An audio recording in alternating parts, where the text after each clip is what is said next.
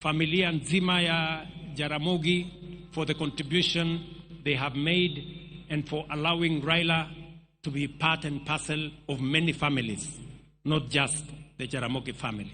He became part of the family of Kenya. Today here we have leaders from across Kenya who associate with Raila Odinga, who have been mentored by Raila Odinga, who are supporters of Raila Odinga. I must thank his security people, Maurice Ogeta especially. Thank you very much, Maurice, for standing with Raila always. I remember Maurice,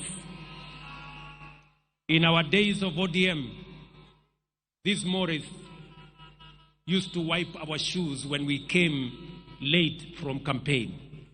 Maurice, I want to tell you, Government of Kenya, as we look after Raila's legacy, you too will stand guard with us to look after Raila's legacy.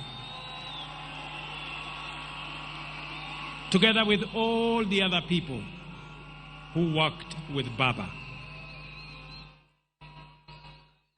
To this community, I want to assure you that by God's grace, we're going to journey together in the footsteps and in the direction that our friend and brother Raila Odinga has pointed to us.